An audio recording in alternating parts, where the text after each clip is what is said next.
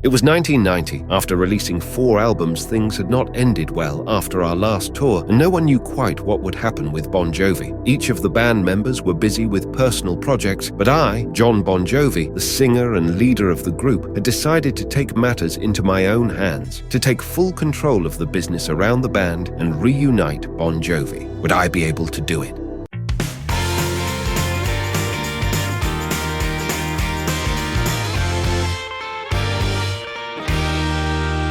Welcome to Tremble Podcast, the place for music stories that thrill. Chapter 6. Bon Jovi, a business and a family. I, Jon Bon Jovi, had decided to pursue a new passion, acting. Like everything I do, I took it very seriously and began training. The company's manager didn't like it because they thought it would cause me to lose focus on the band. Things got so tense that I ended up firing everyone, including our longtime manager, Don McGee. I took full responsibility for the business, setting up Bon Jovi management. I also started my own label, Jamco Records, and built a recording studio called Sanctuary Sound in the basement of my house in Jersey. Now that I had everything to do with the business under control, I was missing the most important thing, the band. To fix the situation with Tico, David, Alec, and Richie in October 1991, I invited them to spend a few days on the Caribbean island of St. Thomas, where together we would discuss the future of Bon Jovi. The first thing was to resolve personal differences. To do this, each member talked about their feelings openly. It was very therapeutic and healing. I laid out my vision for the band. I was very clear, in fact, I had always been. I was the captain of the ship. Bon Jovi was not and never was a democracy. I was and always would be the one who would make the decisions and decide the course, but the strength of the band was that each member supported that vision, adding their own. Between all of us, we turned the business into a family and the work into something to be done only as a team. I knew that without Tico, Alec, David, and Richie, Bon Jovi would not have existed. After resolving our problems, we returned to Vancouver and began work on the band's 5th album. We decided to take a radical turn in our sound and image, releasing Keep the Faith. We released it in 1992 as a new chapter in Bon Jovi history. In fact, on the album cover, you can see the hands of the 5 of us together representing the new unity we had achieved.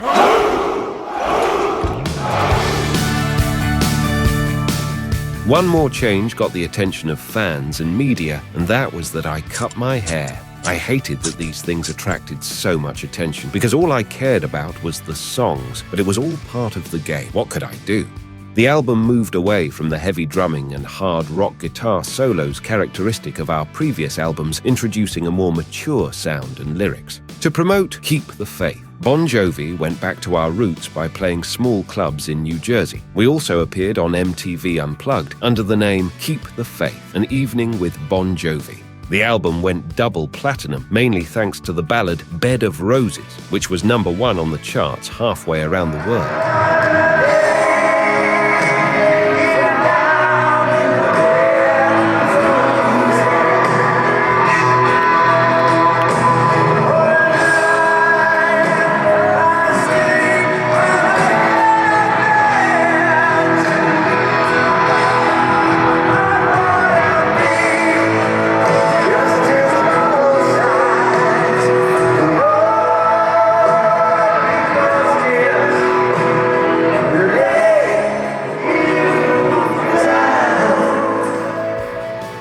On the album tour, we visited countries we had never been to before, such as South America. Some of the early fans rejected our change from a hard rock band to a pop rock group. However, a new mass of fans joined in making Bon Jovi even bigger.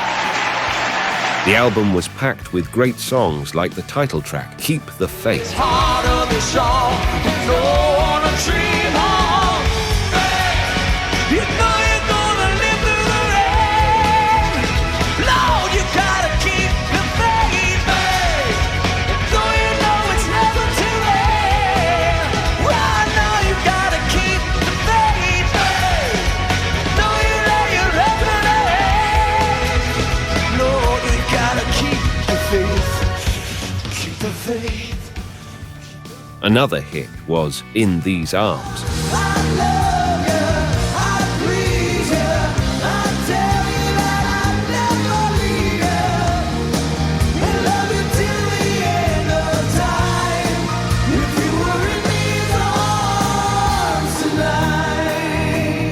Less commercially powerful but equally loved by the fans are If I Was Your Mother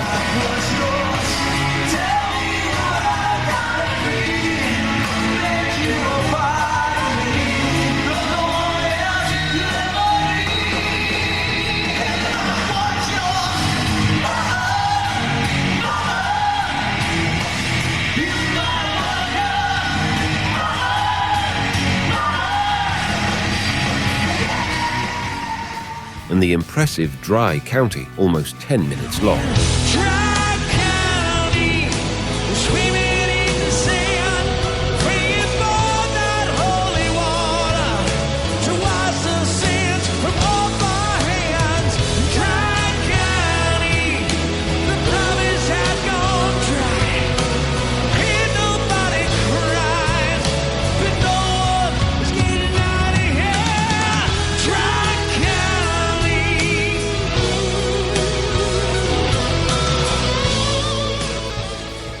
In 1994, we released a greatest hits album entitled Crossroad. In case you want to visit it someday, the restaurant featured on the album cover is the Roadside Dinner in New Jersey, near the junction of routes 33 and 34. The album included 2 new tracks, Someday I'll Be Saturday Night,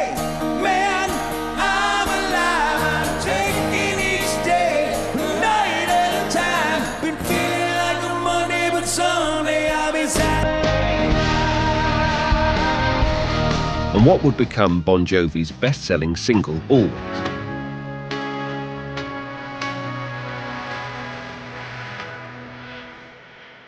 Always is a fan favorite. I originally wrote it for the soundtrack to the movie Romeo is Bleeding in 1993, but when I saw the movie I didn't like it, so I didn't sign the rights over to them. Since then it sat on a shelf until a friend found it and convinced me to re-record and re-release it. A great idea.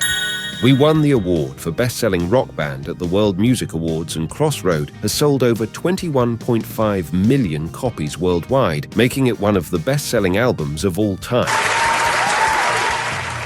After the recording of Crossroad in 1994, our original bassist Alec John Such left the band. The reason was very simple. He had had enough. His time in life was different, and he no longer wanted to record a new studio album. He just wanted to have time for himself. As I've always said, just because I'm a workaholic didn't mean that others had to be too. We replaced him, unofficially, with Hugh McDonald, the bass player with whom I had recorded our first song, Runaway. After that, we embarked on a mini Christmas club tour in December 1994 and continued to promote Crossroad, at which time Richie Sambora took the opportunity to marry Melrose Place actress Heather Locklear.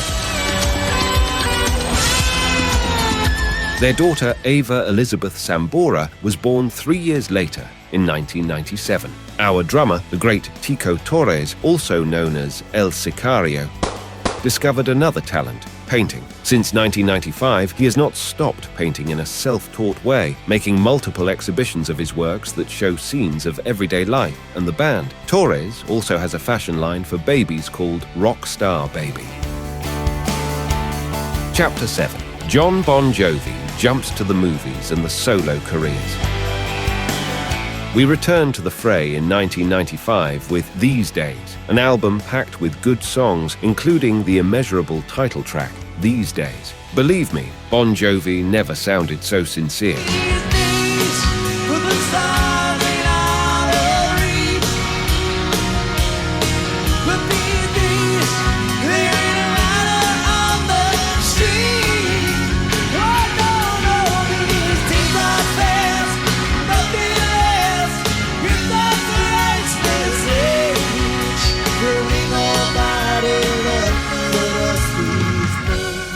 Richie and I wrote as many as 40 songs, with 12 finally being chosen. The sound was quieter and more romantic than we were used to, but much more carefully crafted in form and style than previous albums. These Days is considered by many critics and fans as Bon Jovi's best album, although my friends at Tremble always say that it's in tough competition with Keep the Faith.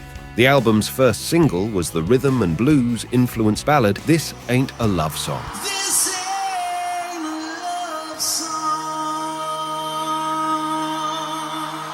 which was the album's only major hit in the US. However, in Europe and Asia, the album was a smash hit for songs like Something for the Pain. Give me something for the pain.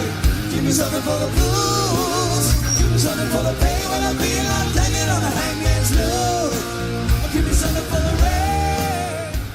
And also for Lie to Me.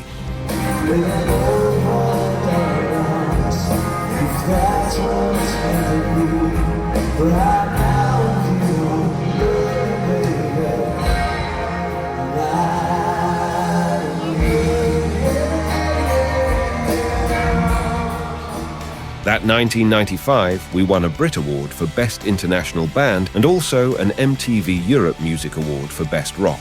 On the These Days tour, we sold out 3 nights at London's historic Wembley Stadium. The concerts were documented on the CD and DVD Bon Jovi Live from London. We would go on to play 126 more sold-out stadium shows around the world.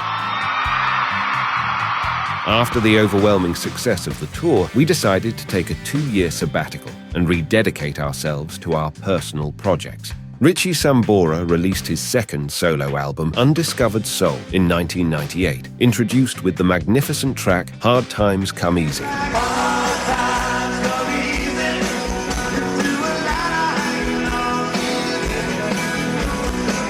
Much later, in 2012, already out of Bon Jovi, Richie would release a 3rd solo album, Aftermath of the Lowdown, which includes another fantastic track, Every Road Leads Home to You.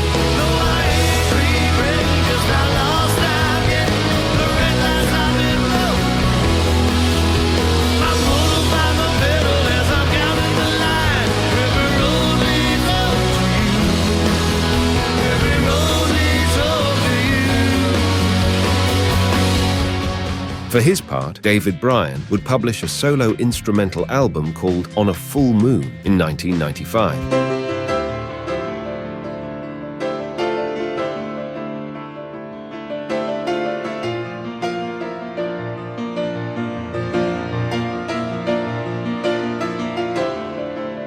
He would later republish the album in 2000 with a couple of new tracks under the title Lunar Eclipse. David's ultimate solo recognition away from Bon Jovi is his 2002 work on the musical Memphis, which he co-wrote with Joe DiPietro and for which he won the Tony Award for Best Original Score. This musical includes a wonderful song composed and sung by David.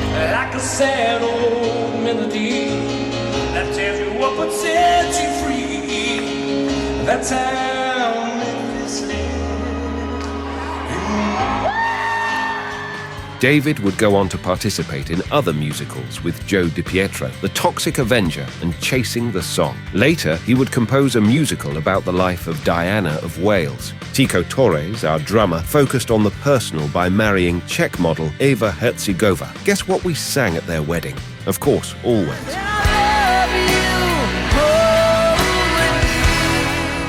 Despite it, the marriage didn't work out, and they divorced after 2 years. Tico married again in 2001 with Maria Alejandra, which would be his 3rd marriage that also ended in divorce in 2008, this time with a son, Hector Alejandro, born in 2004. By the way, Tico Torres is a great golfer and often participates in tournaments.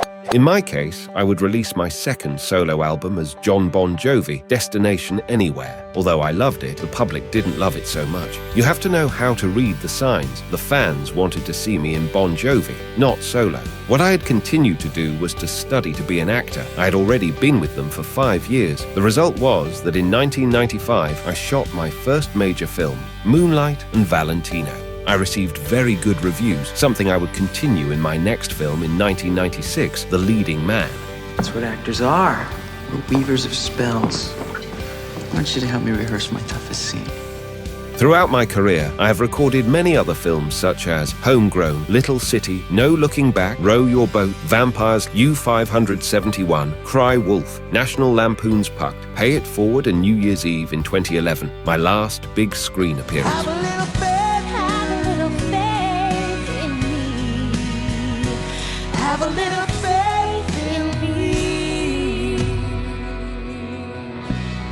I have also appeared in such important TV series as Sex and the City, 30 Rock, Las Vegas, The West Wing, and I spent almost an entire season in the lawyer series, Ally McBeal, where I played a plumber that the main character fell in love with. And I hope that I don't fall in love with you. Chapter 8. It's My Life, the resurgence of Bon Jovi.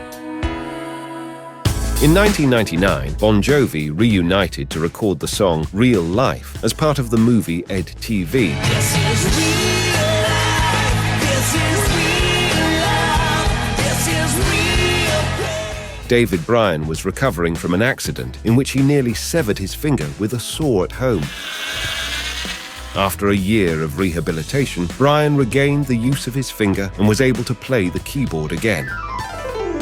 In mid-2000, after a hiatus of almost 4 years, we returned to the music scene with Crush, a new release that included our most successful song in a decade and a symbol of the band's longevity, It's My Life. It's My Life introduced Bon Jovi to a new generation who immediately became our fans. The song references Tommy and Gina, the protagonists of Livin on a Prayer, and Frank Sinatra with the verse, "Like Frankie said, I did it my way." We used again one of the most classic Bon Jovi's feature, the talk box. You know that device that I told you about in the first part that Richie used to modify the sound of the guitar with his voice, creating a very cool. When I wrote It's My Life, I knew it would be a hit. What I didn't imagine was that it would become an anthem. I wrote it thinking about my own life and the point I was at. I would later understand that the phrase It's My Life could be interpreted in a personal way by everyone, which is just what happened. From young to old, they adopted it as their own, as a cry that said, I'm finally taking control of my life. It's my life. On the album tour, as well as playing the last 2 shows at Wembley before its demolition, we performed to over 1 million fans in 40 stadiums in North America, Europe, and Japan, winning Best Live Show at the 2001 VH1 Music Awards. During the tour, we released a collection of live performances from our entire career on an album entitled One Wild Night Live, 1985 to 2001. It was Bon Jovi's first live album.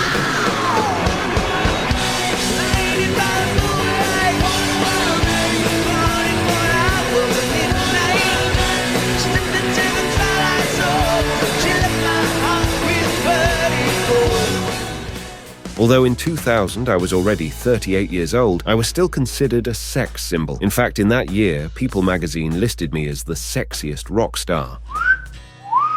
A few years later, in 2001, I was awarded an honorary Doctor of Humane Letters degree from Monmouth University in New Jersey. Politically, I, Jon Bon Jovi, have always supported the Democratic Party in the United States. The first campaign I was in was Al Gore's in 2000. Later, I would do the same with John Kerry in 2004 and Barack Obama in 2008, the latter of which appointed me to the White House Community Solutions Council. But I was not the only member of Bon Jovi who received recognition. In 2000, the guitarist Richie Sambora would have the privilege that the famous guitar brand Fender released a Stratocaster model signed by him, of which only 100 units were manufactured. Richie is known for having used a wide variety of guitars throughout his career, from among his extensive collection of over 130, being perhaps the most famous, the double neck. Although Richie got to play one with 3 necks, the Ovation triple neck. Awesome.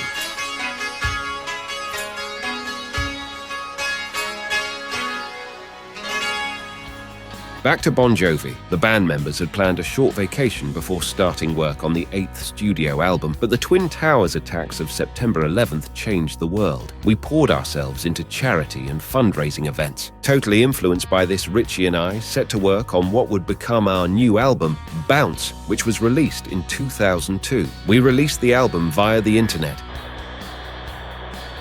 The title referred to the ability of New York City in the United States to recover from the bombings. The album contained top-notch rock songs, written with our longtime collaborator and friend, Desmond Child. Despite this, it sold less than the previous album's 6 million units. The standout tracks were Bounce, which we wrote with sports in mind, yet in the wake of 9/11, became a statement of strength and defiance for all.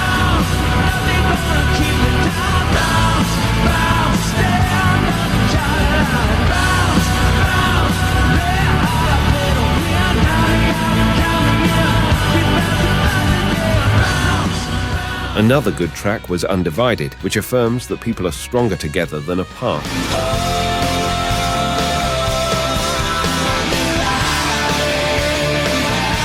And finally, Every Day, where we acknowledge the harshness of life, but encourage everyone to get up and keep going.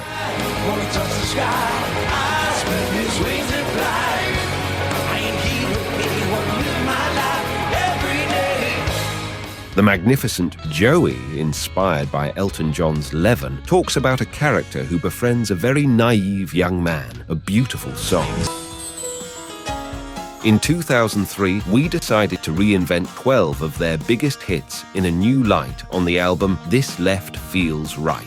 The following year, to commemorate Bon Jovi's more than 100 million records sold worldwide and 20 years since our first album, we released a box set entitled 100 Billion Bon Jovi Fans Can't Be Wrong, in homage to Elvis Presley's 50 Million Elvis Fans Can't Be Wrong album. The box set contained 4 CDs with 38 unreleased tracks, 12 rarities, and a DVD. In it, we hid little treasures like the song If I Can't Have Your Love. Baby, if I can't have your love, if I can't feel your touch, I got nothing, yeah. Chapter 9. Bon Jovi Discovers Country. In 2004, I became founder and principal owner of the Philadelphia Soul of the Arena Football League, an indoor soccer league, although I would later sell the club. Our 9th studio album, Have a Nice Day, was released in 2005, reaching number 1 in 15 countries. The title track, Have a Nice Day, was an international hit.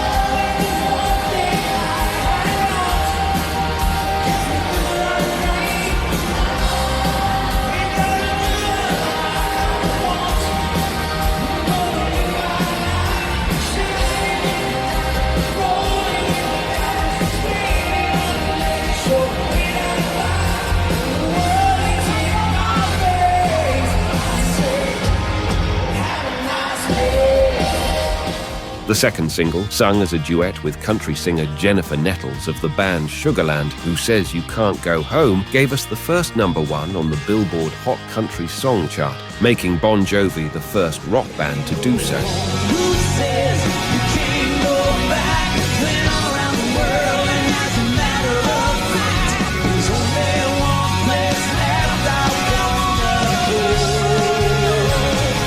Says you can't go home.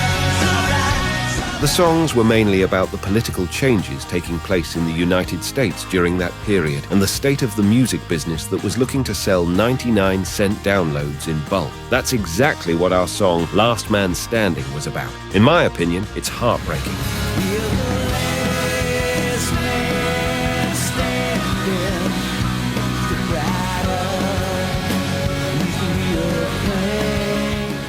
The Have a Nice Day tour was a total success, grossing $191 million. The album included a surprise song, a wonderful bonus track, which my friends from Tremble love and which is somewhat difficult to find. I'm referring to the track Dirty Little Secret, in which we talk about having a lover. A dirty little secret.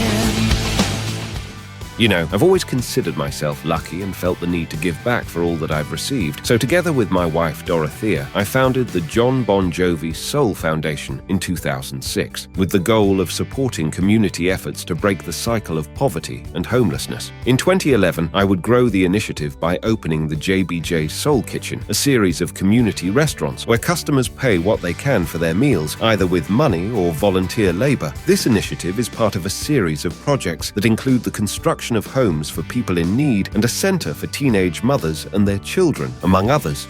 Aside from the foundation, I have made countless contributions to multiple causes. Whenever I am needed, I am there. After the Have a Nice Day tour, we wanted to rest again, but an earthquake of personal events caused me to change plans. I'll tell you about it. Richie Sambora divorced Heather Locklear, became addicted to alcohol, and his father died of cancer. The keyboardist, Dave, was still fighting for custody of his children after divorcing his wife, April McLean, in 2004. So to get out of that loop, I decided to take the band to Nashville to write a country record. Richie and I started hanging out with local artists who weren't very popular and writing with them. The result was Lost Highway, released in 2007, an album with a clear country flavor, a Bon Jovi album with Nashville influences. We had the collaboration of the great country artist LeAnn Rimes in one of the songs, Till We Ain't Strangers Anymore. Just hold me, baby, till we ain't strangers anymore. Lost Highway was our first album to debut at #1 on Billboard. This was helped by fantastic singles like the title track, Lost Highway, which is about going to a new and unknown place that no one knows exists.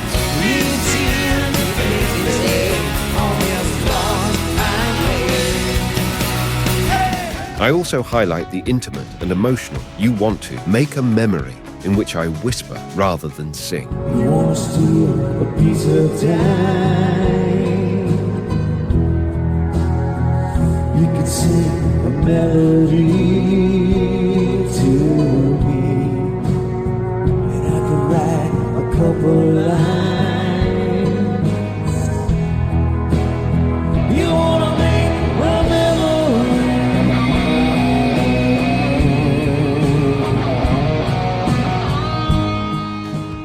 The Lost Highway Tour was the highest-grossing tour of 2008 with $227 million in box office. As part of the tour, we were the first band to perform at the new O2 Arena in London. I have a confession to make. Despite having toured the world many times, I saw virtually nothing. My life went from hotel to hotel, with no time for anything except visiting the gym, the restaurant, and the bar, because I was responsible for the dozens of people working on the Bon Jovi tours. Another thing I found quite hard was the transition from having 70,000 people screaming your songs to being alone in the hotel with your ears ringing.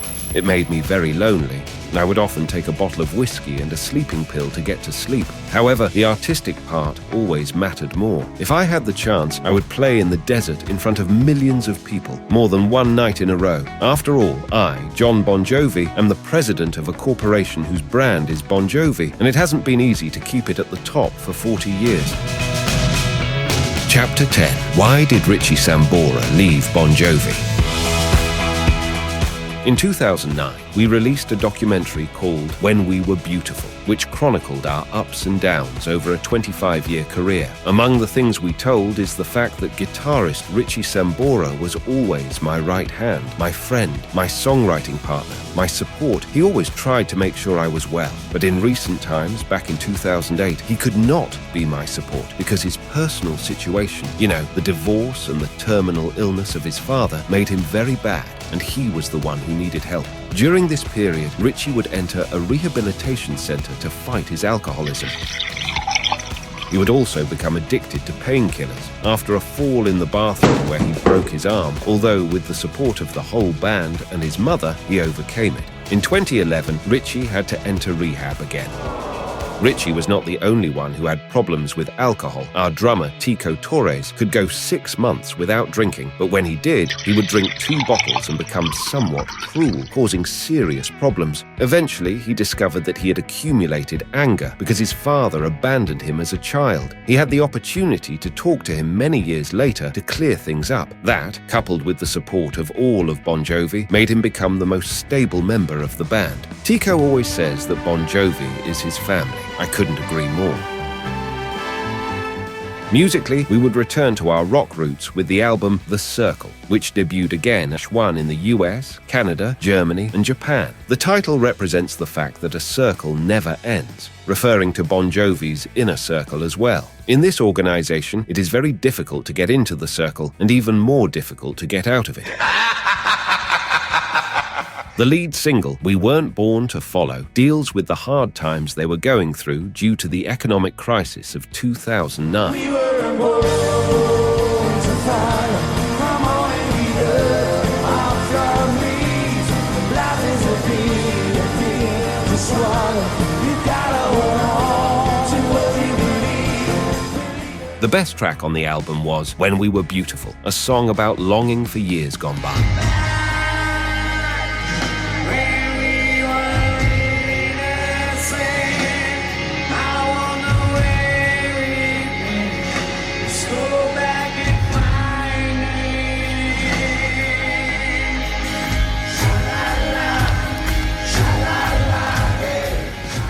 We returned to the road in 2010, making history with one of the biggest stadium tours of all time, which included 12 sold-out nights at London's O2 Arena.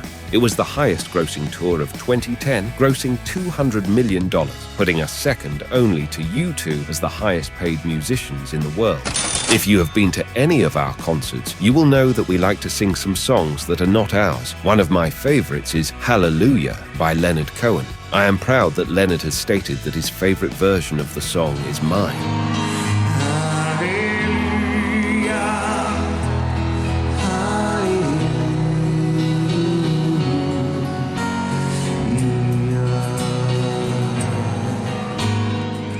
In 2010, we released a new Greatest Hits with 4 new songs, receiving MTV's Global Icon Award. That same year, keyboardist David Bryan would marry for the second time, this time to Lexi Quaz.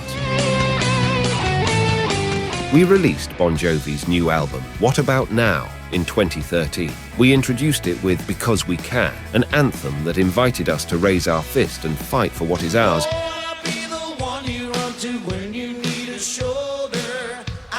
Soldier, but I'm here to take a stand because we can.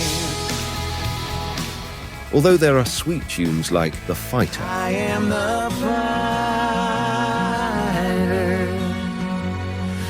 fighter is born but not me. and rockier ones like That's What the Water Made Me.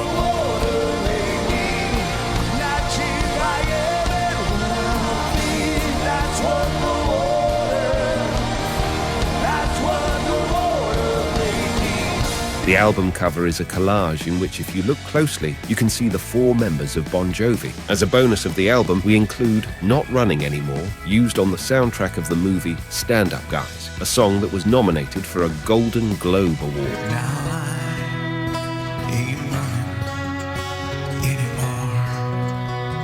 Unfortunately, this would be the last album on which the legendary guitarist Richie Sambora would play with us.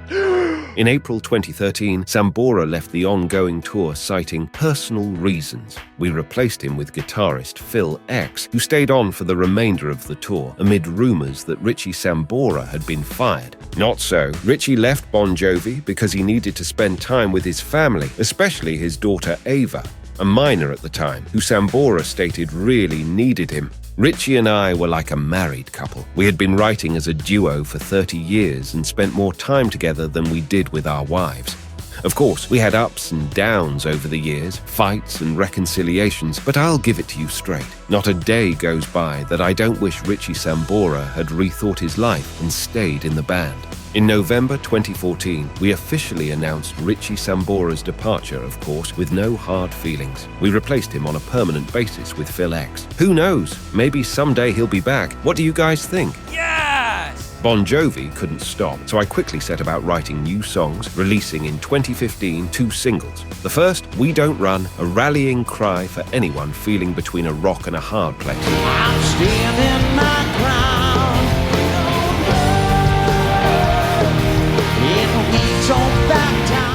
The second, Saturday Night, gave me Sunday morning.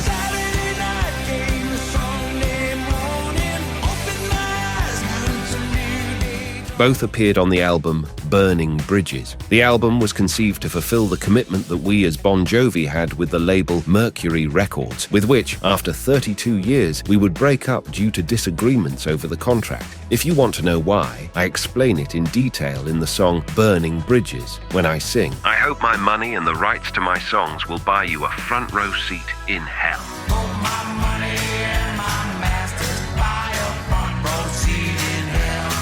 In 2016, I joined Lady Gaga to support Hillary Clinton's run for president, singing Livin on a Prayer together. In my hand, we'll make it, I swear.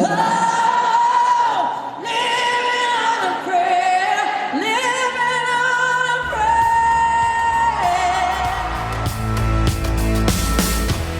prayer. Chapter 11, Bon Jovi Today. I wanted to write a new album that was about integrity, about a time in my career when I no longer had anything to prove. Thus was spawned This House Is Not For Sale, released in 2016 with a single of the same name.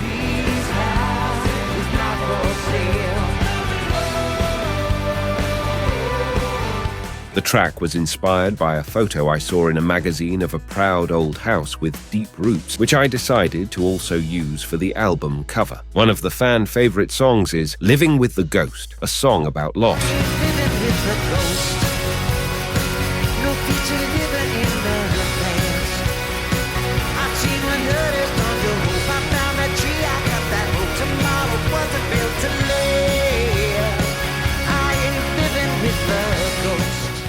I wrote it thinking to myself how not having Richie Sambora would change the future of the band, but with a firm conviction to move on and not live in the past. On this album, we named bassist Hugh McDonald and guitarist Phil X as official members of Bon Jovi. Just 1 year later, we released a 25-disc box set titled Bon Jovi: The Albums, which included the entire Bon Jovi discography and an album of rarities. Around that time, 2018, Richie Sambora would start collaborating with the great guitarist and girlfriend Orianthi. Under the name RSO, he would release in 2017 an EP called Rise, followed by another EP titled Making History, and finally an album in 2018, Radio Free America.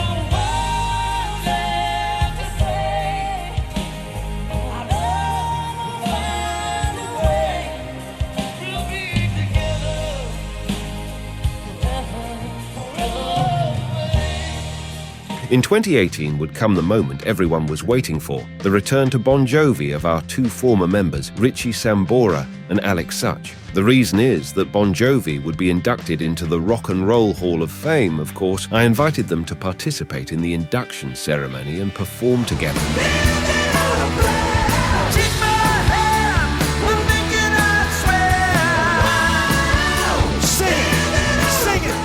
That way, we could enjoy all the members, past and present, at the same time. It was a one-off. Bon Jovi would continue with their new lineup with me as singer, David Bryan as keyboard player, Tico Torres on drums, Phil X on guitar, and Hugh McDonald on bass.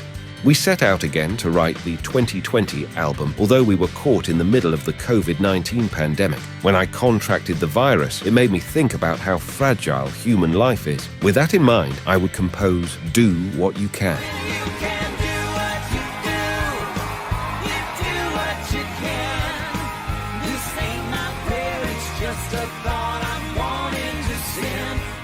The album also includes the track American Reckoning, a protest song about the police killing of African-American George Floyd, written in support of the Black Lives Matter movement.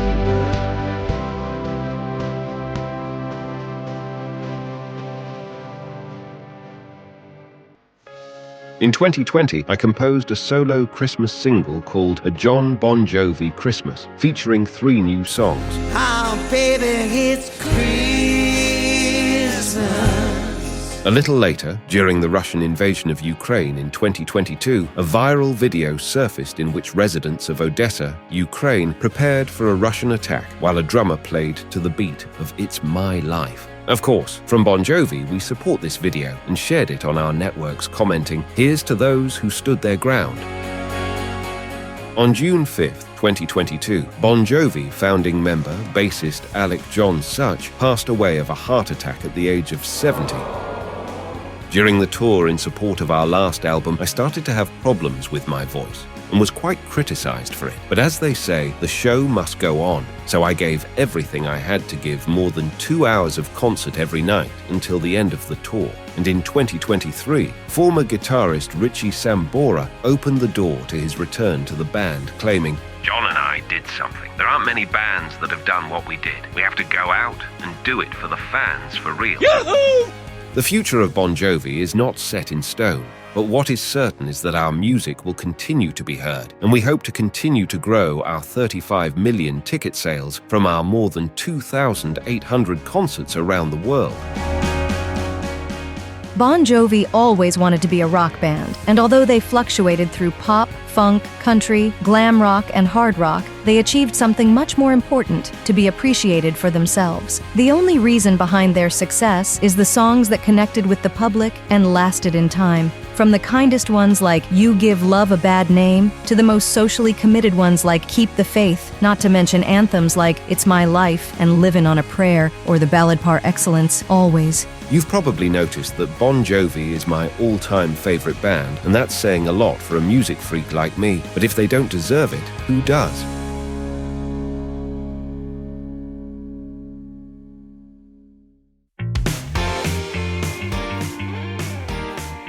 This podcast is dedicated to all Bon Jovi fans. Thank you very much, Trembles. We love you.